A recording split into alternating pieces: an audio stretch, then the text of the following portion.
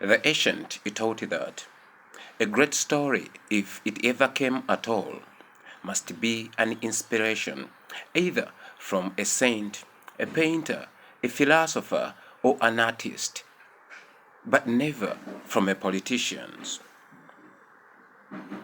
When a psychological and political war intensified against the apartheid regime, spearheaded by those whose advocates sought social and judicial equality non-violently, the regime of apartheid exerted brutal force against the elites.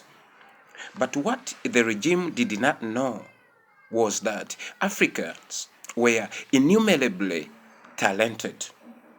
When the regime persecuted, humiliated, and assassinated some of the elites, the artists enkindled the light amidst the storms which were generated by political rhetoric and defection. In those artists, innumerably, one stood out of the crowd, and his message still lingers in the minds of conscious Africans who are still advocating for equality and the supremacy of the rule of law in land. That individual was Lucky Dube. Lucky Dube, he sang songs exposing the hypocrisy of politicians that were aligned by the apartheid regime, brothers and sisters.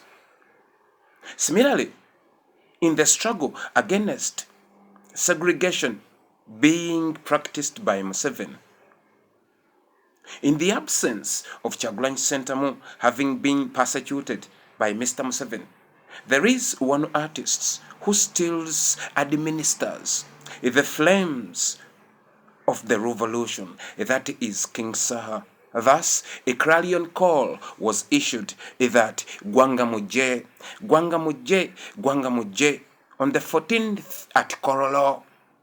Perhaps we might receive the real independence of our country, beloved Uganda. The reason why I singled out Lucky Dube in all those artists who enkindled the light amidst those storms, it was strategic because it correlates with the revelation which I'm about to share with you as Africans as a whole. Brothers and sisters, would you believe me if I told you that Mr. Museveni influenced the circumstances which led to the mysterious demise of Lucky Dube? Then you ask, Bob, what are you talking about? Why would a man presiding over the affair of a country thousands and thousands of miles away influence the death of an artist in a democratically ruled country? Listen to me, my brother, fellow Africans. This is how cynical and insidious Mr. Museveni is. When he captured the political institution of the Republic of Uganda, Mr. Museveni ran to Tanzania on a recommendation of Julius Kambarage Nyerere. Museveni went to a sorcerer or a witch doctor, and he pleaded there that he wanted to be president for life. A sorcerer, being truthful, told Museveni that is impossible and unacceptable. However, there is a possibility that your rulership will last longer than your predecessors. And an eagle in the form of a bird was brought before Mr. Museveni. A sorcerer told Museveni that me and you, we are going to free this eagle to fly away.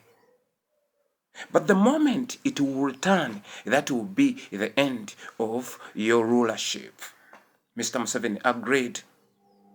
Fast forward, Museveni eliminated that sorcerer such that she could not help anybody else. Museveni came into the presidency. But prior to eliminating the sorcerer had informed Museveni that when the ego will eventually return, an artist will oust you out of the presidency.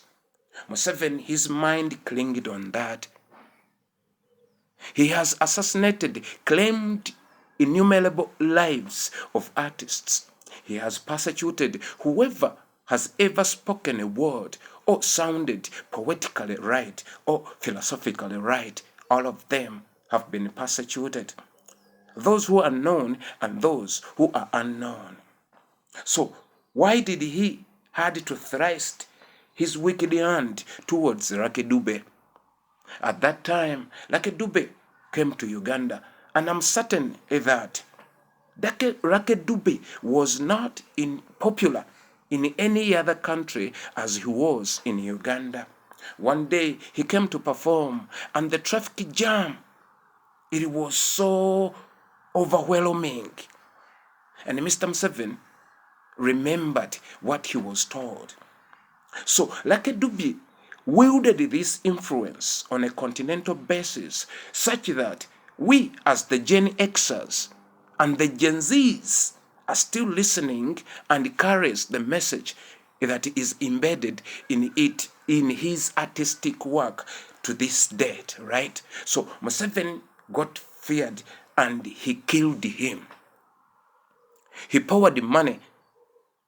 Eventually, Lucky Dube was killed. That is why his demise, it is still a mystery to this date, not until ASP Asime Bible and Politics, whose credible intelligence serves to expose Museveni's insidiousness and hypocrisy. It is Mr. Museveni who claimed the life of Lucky Dube.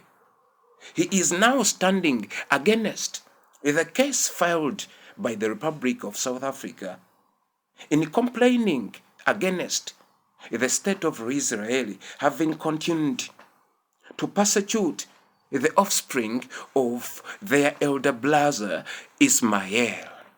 It is this very Museveni who tried to show the West that the Africans are expendable and they can be taken into the Middle East, more so Gaza Strip, to protect the interests of Mr. Museveni, that is, to cling on to power, having stolen a victory of His Excellency Robert Kyagulanyi Ssentamu. It is this Museveni who is persecuting King Saha, an artist who is going to perform tomorrow. And according to the trustable information and intelligence of ASP Asime, Museveni, he is planning to either explode bombs in that concert.